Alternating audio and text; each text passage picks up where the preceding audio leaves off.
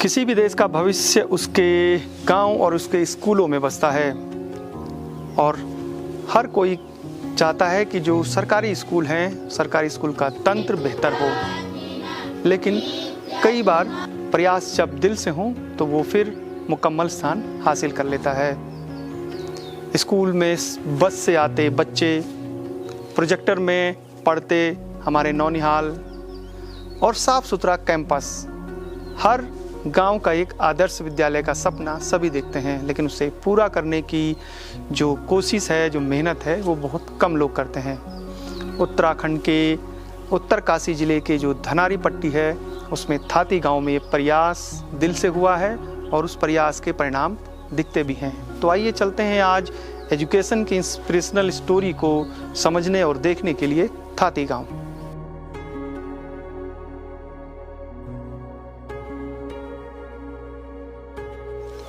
नमस्कार साथियों, मेरा नाम है संदीप गुसाई। उत्तराखंड की शिक्षा व्यवस्था की जो स्थिति है वो किसी से छुपी नहीं है। हर साल कई प्राथमिक विद्यालय बंद हो जा रहे हैं। गांव के जो स्कूल के बच्चे हैं वो निचले जो कस्बे हैं वहाँ पर अपने बच्चों को प्राइवेट स्कूलों में दाखिला करा रहे हैं। लेकिन ऐसी जो ज़मीनी हकीकत है उसके दूसरी तरफ एक स्कूल ऐसा भी है जो कायाकल्प कर रहा है अपने प्राथमिक विद्यालय का। जी हाँ, उत्तरकाशी की जो धनारी पट्टी है, डुंडा विकास खंड है, उसका थाती ग्राम सभा इसका एक नायाब उदाहरण है। कैसे वहाँ की ग्राम सभा और प्रधान और जो वहाँ के जनप्रतिनिधि हैं, गांव के लोग हैं, उनने मिलकर एक मॉडल स्कूल विकसित किया है। इस स्कूल को देखकर आपको भी यकीन नहीं आएगा कि क्या वाकई में ये प्राथमिक विद्यालय है। लगता तो ऐसे है जैसे कोई पब्लिक स्कूल हो। क्या खासियत है इसकी और क्या बदलाव किए हैं और उन बदलावों के बाद कैसे यहाँ छात्र संख्या में इजाफा हुआ है, उसी पर है हमारी ये स्टोरी थाती गांव से।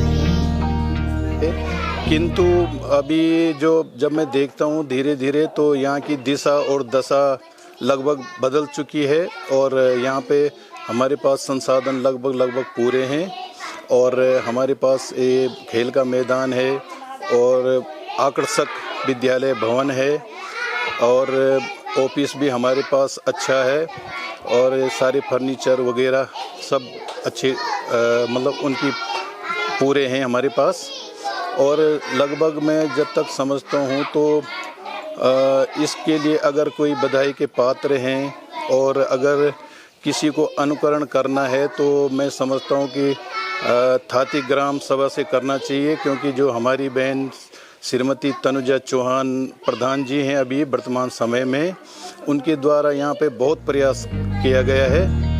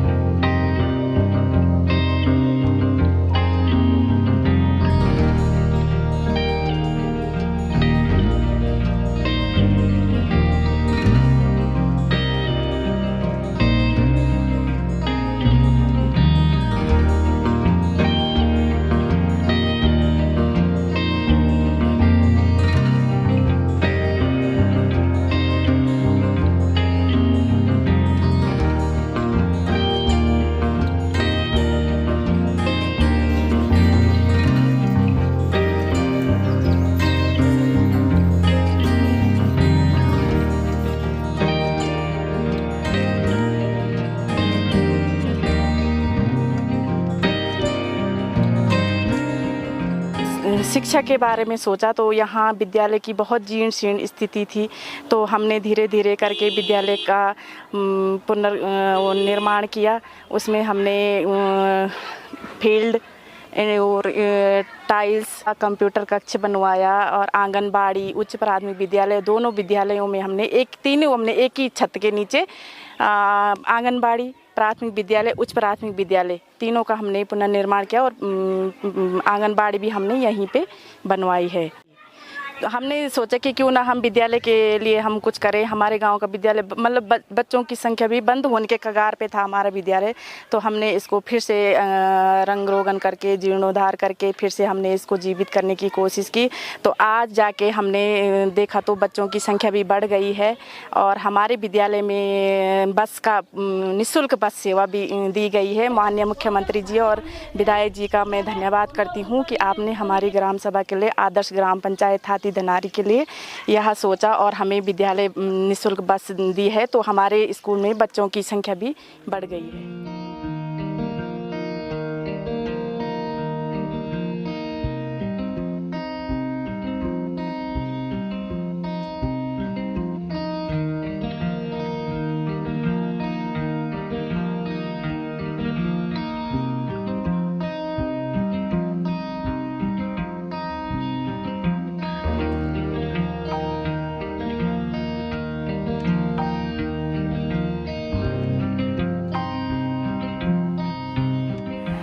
सुरक्षा दीवार से हमें बहुत फ़ायदा हुआ।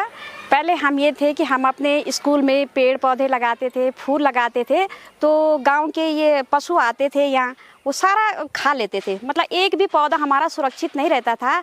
आज हमारे ग्राम प्रधान जी द्वारा चारों तरफ बाउंड्री वाल लगाया गया, विद्यालय में गेट लगाया गया, जिस अब हमारी बहुत सुंदर, आप देख सकते हैं हमारी बहुत अच्छी फुलवारी है, हमारे यहाँ पेड़ है, अच्छे से पेड़ लगा रखे हमारे। और एक और ये जो आंगनबाड़ी केंद्र पहले यहाँ पे नहीं था, ये भी प्रधान जी द्वारा यहाँ बनाया गया।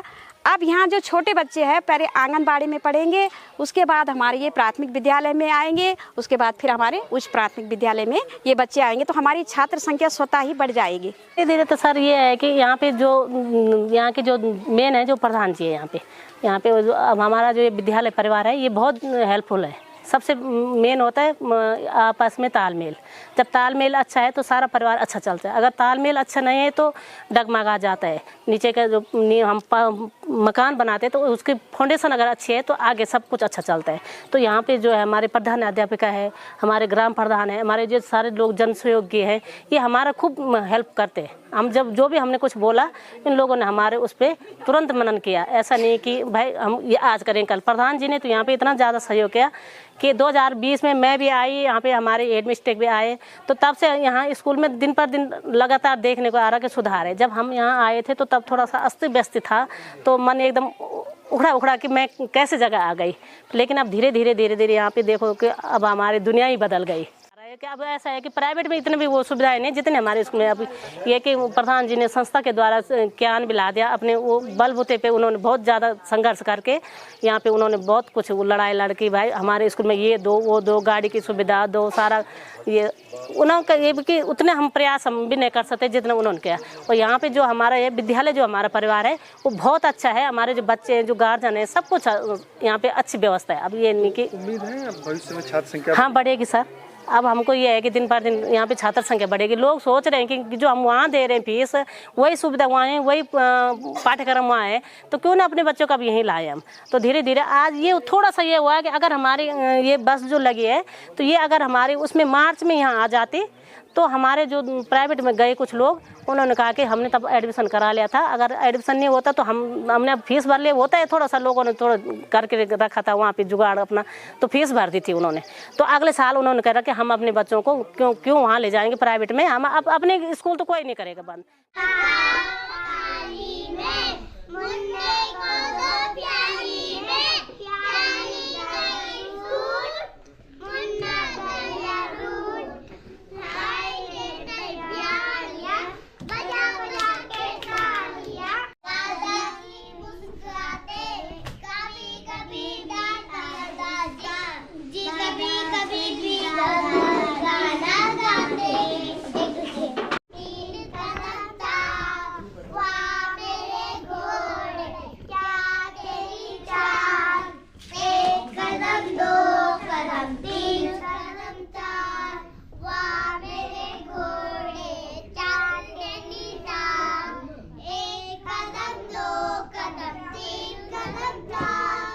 जी, हमारा जो उच्च प्राथमिक और प्राथमिक विद्यालय थाती दिनारी में है, पहले वो बहुत ज़्यादा जीर्ण शीर्ण था यहाँ पे।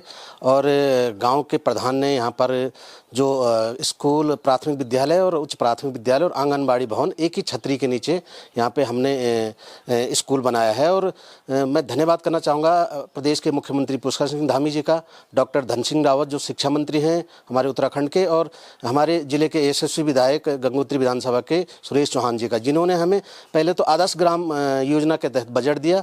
उसके बाद स्कूल के लिए जब हमने उनसे डिमांड की तो स्कूल के लिए उन्होंने SCP योजना के तहत हमें यहाँ पर बजट दिया। और उस बजट से हमने यहाँ पर नरेगा और SCP के बजट से हमने प्राथमिक विद्यालय, उच्च प्राथमिक और जो हमारा आंगनबाड़ी केंद्र यहाँ पे बना है वो बनाया। तो इस विद्यालय को बनाने के लिए हमारा मेन मकसद ये है कि जो यहाँ के गांव के बच्चे हैं, गरीब बच्चे जो गांव में रहते हैं, उनको यहाँ पे पठन पाठन के लिए अच्छी सुविधाएं दी जाए। अच्छी सुविधा माने कि सबसे पहले भवन की बात आती है। तो भवन पहले यहाँ पे जो दोनों भवन थे वो जीर्ण शीर्ण था, और जो आंगनबाड़ी केंद्र है उसका नवनिर्माण हमने यहाँ पे किया। उसका नवनिर्माण इसलिए यहाँ पे किया गया क्योंकि एक ही परिसर से जो आंगनबाड़ी से बच्चे वो प्राथमिक में आए और प्राथमिक से उच्च प्राथमिक में यहाँ पे बच्चे आए। तो यहाँ पर हमने जब शुरुआत की तो यहाँ की बिल्डिंग और फील्ड और बाउंड्री बिल्कुल जीर्ण शीर्ण अवस्था में थी। तो हमने सबसे पहले प्राथमिक विद्यालय का जो यहाँ पे उसका बेसिक जो है फील्ड बनाया, फिर हमने यहाँ पे बाउंड्री वाल का निर्माण किया, फिर हमने यहाँ पे 3 शौचालय बनाए हैं। एक प्राथमिक विद्यालय में, उच्च प्राथमिक और आंगनबाड़ी में हमने शौचालय भी बनवाए हैं नए। बिल्कुल कहीं ना कहीं जो एक ही छत के नीचे तीनों विद्यालयों को हमने यहाँ पे अच्छी सुविधा देने की कोशिश करी है। और पिछले सालों के मुकाबले, क्योंकि पिछले साल हमारे विद्यालय में कम बच्चे थे और इस बार हमारे विद्यालय में 4 बच्चे प्राथमिक विद्यालय में आए हैं और 4 उच्च प्राथमिक विद्यालय में आए। तो धीरे धीरे जो प्राइवेट स्कूलों के बच्चे हैं वो हमारे स्कूल आ रहे हैं। इसके बाद हमने जब यहाँ पे प्लान इंडिया की टीम आई, उसने हमारा विद्यालय देखा और विद्यालय देखने के बाद उन्होंने कहा कि हम आपको क्यान जो कंप्यूटर है वो देंगे। तो क्यान कंप्यूटर क्या है कि वो 1 से 12वीं तक के बच्चों को यहाँ पे पढ़ाता है और उसके माध्यम से भी बच्चे यहाँ पे आकर्षित हो रहे हैं। विद्यालय भवन जो है उच्च प्राथमिक, प्राथमिक और जो आंगनबाड़ी भवन है उसका सौंदर्यीकरण हमने किया है यहाँ पे। तो जो आसपास के जो गांव हैं वहाँ से भी बच्चे अब हमारे गांव आने शुरू हो गए।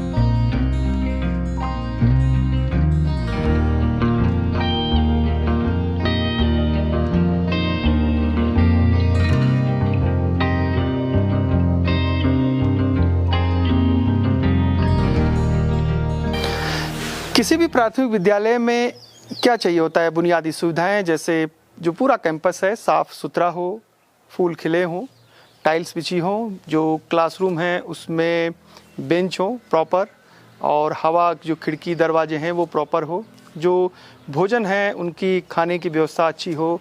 उसके अलावा चारों तरफ से जो चारदीवारी है वो हो, एक प्लेग्राउंड हो, स्मार्ट क्लास हो, अच्छे टीचर हों। यही एक गांव की जो बुनियादी सुविधाएं होती हैं वो चाहिए होती हैं।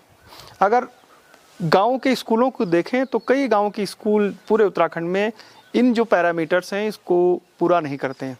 थाती में ये कोशिशें रंग लाई और पिछले 5-6 सालों में ये जो तमाम पैरामीटर्स हैं इनको पूरा किया गया। बच्चों की संख्या में इजाफा हो रहा है। वैसे भी थाती गांव में करीब 200-250 परिवार रहते हैं और ऐसे गांव में जो प्राथमिक विद्यालय है वहाँ बच्चों की संख्या कम होना चिंताजनक बात है, क्योंकि छोटे गांव में तो विद्यालयों में संख्या कम होती है। लेकिन थाती के जो अधिकतर परिवार हैं वो उत्तरकाशी बहुत ज़्यादा दूर नहीं है, डुंडा बहुत ज़्यादा दूर नहीं है, तो अपने बच्चों को अच्छी शिक्षा का मतलब प्राइवेट स्कूलों में पढ़ाने के लिए वो उत्तरकाशी, डुंडा इन शहरों में चले जाते हैं। लेकिन अब इस स्कूल के हाईटेक और एडवांस जो एजुकेशन है और कैंपस सुंदर होने की वजह से अब धीरे धीरे जो छात्र संख्या है उसमें इजाफा हो रहा है।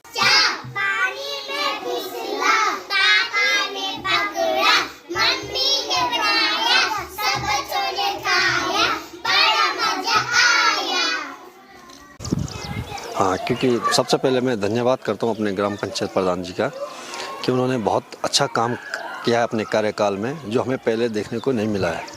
और यहाँ पर बहुत सारी सेवा उपलब्ध की है बच्चों के लिए, बस सेवा, ये बच्चों के लिए ग्राउंड बनाया है और कंप्यूटर रूम बनाया है।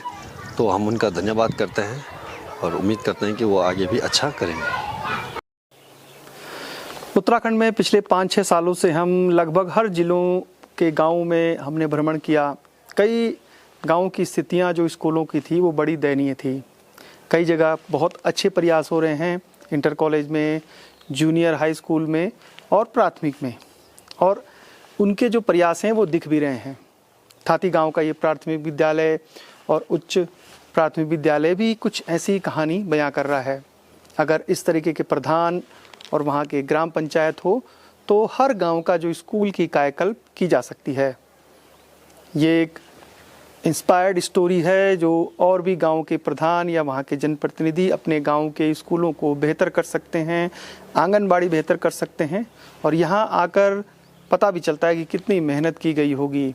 जब स्कूल एक तरफ बंद हो रहे हैं, ऐसे में प्राथमिक विद्यालयों को पुनर्निर्माण करके उनको हाईटेक और एडवांस बनाकर फिर से छात्र संख्या को आकर्षित करने की ये कहानी कुछ अलग ही है। ये कहानी आपको कैसी लगी हमें ज़रूर बताइएगा। फिलहाल संदीप गुसाई को इजाज़त दीजिए। जय नंदा, जय हिमाल।